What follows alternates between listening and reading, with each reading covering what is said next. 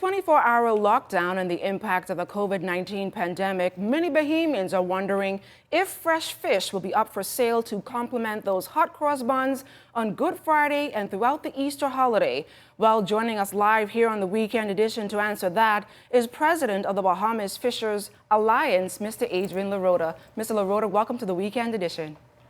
Good evening. It's actually very good to be here. Thank you. So, Mr. LaRota, tell us about the potential impact of COVID-19 on the livelihoods of our fishermen and how are they actually faring right now? Well, like everybody else, we are concerned about this pandemic that's affecting the Bahamas, and like every other business, fisheries is being affected. We were thankful that through our agitation of the BCFA that the government decided to allow fishermen to still continue to fish because, as you know, we're coming into the end of the 2019-2020 crawfish season. So, which ends at the end of the month. Fishers are still out fishing, and then there's still some activity that have to take place as a result of the close of the lobster season. With that, a lot of fishermen have been concentrating on the Easter weekend, which is a very lucrative weekend for fishers, particularly in the Providence and the major family islands. And no doubt that this epidemic is going to affect their sales in terms of the 24-hour curfew, the rules on social distancing, and the exempted business practices. And is there actually a contingency plan in place, I guess, to deal with this pandemic? Yes. At the moment, we're still in our conversation with government. We've asked them to allow the local fish markets to continue to operate within the bounds of the health regulations, which is social distancing. We've asked them to allow them to operate within specific hours. Unfortunately, at this point today, the government has not allowed that. We're hoping that by early next week we can get some positive news as to whether that will be allowed or not. But the plan is for fishers to actually transport their product to licensed fish houses, who will then in turn be able to proffer those goods to the public. Now, it's a lucrative industry for fishermen, I guess, around the Family Islands, especially over there in Long Island and perhaps Spanish Wells. What challenges are those fishermen on those particular islands facing due to this pandemic?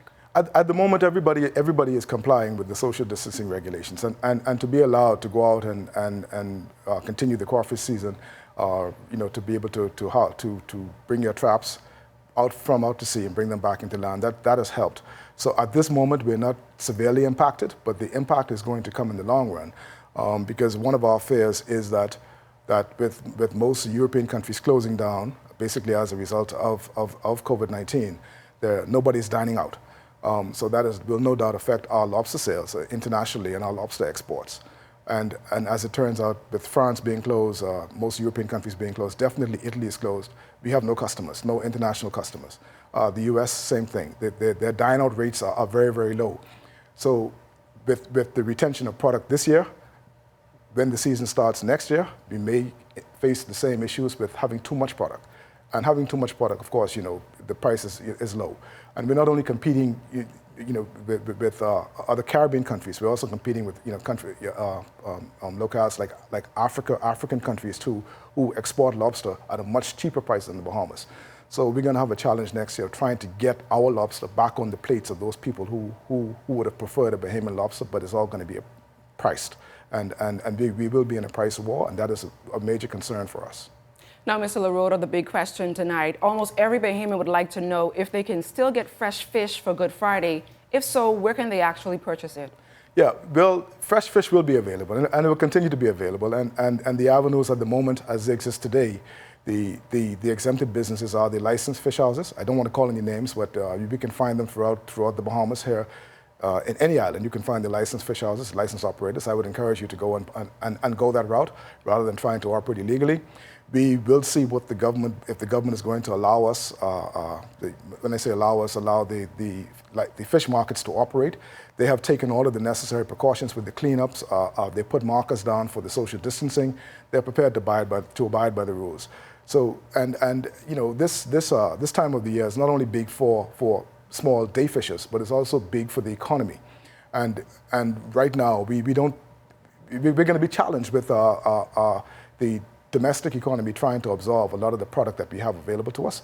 And we just have to work and see what we can do to get the product out there. So within the laws, everybody's going to be governed by the rules, governed by the laws, and we're going to encourage all of our customers to do so, because we don't want that business to be closed down also. So we're going to ask everybody to abide by those rules. Fresh fish will be available, but again, through those avenues that are listed by the government through the exempted businesses.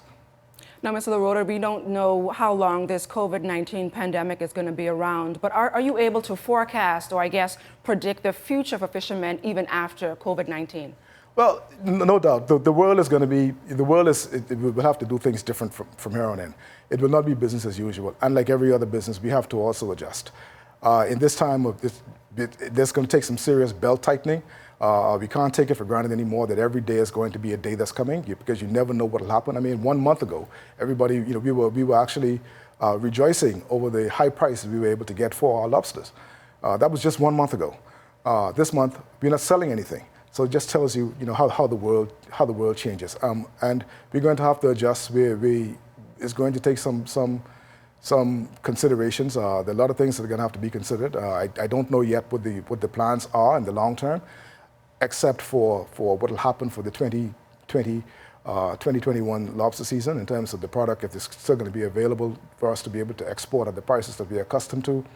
That's going to be a challenge for us, because if we don't get the prices we're accustomed to, if we're going to have to compete with countries out of Africa who basically sell their product at US $5 a pound, I mean, that's going to be very dangerous for us. As a matter of fact, it's going to be very dangerous for global fisheries. So there are things that could be done, but we're going to have to approach it methodically and work with the economics of fisheries now, because now we're in this business now of the economics of fisheries. It's no longer business as usual for us. We're just going to have to change the way we do things. And this final question that came to mind, Mr. LaRota, a lot of poaching goes on in our waters, and Dominicans face with this pandemic. How are we able to actually approach them if they are caught poaching in our waters illegally? Yeah, well, one of the things we had asked the government to allow, in terms of allowing fishermen to continue to operate, is that I personally am a firm believer that the more Bahamian fishermen you have out at sea, the less likelihood it will be for poachers to come in and take advantage of the absence of fishing vessels, right? Bahamian fishing vessels.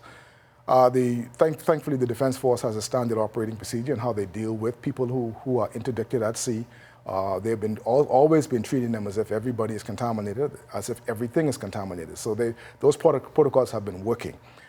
So far, we haven't had any major issue that I've heard of anyway from the Defense Force of any disease being brought in by these people, but we don't know. So I'm sure they will continue, or they've ramped up their practices, their boarding procedures and all that. And we're quite confident that they will continue to do the job that they've been doing since they've been given the new assets. And all I can ask for is that we continue to, just look out for one another and pray for the Bahamas. Pray for the Bahamas. This is a different time for all of us. Mr. LaRota, thank you so much for joining us here on the Weekend Edition, and best of luck to you and your fishermen as we all fight this COVID-19. Thank you so much.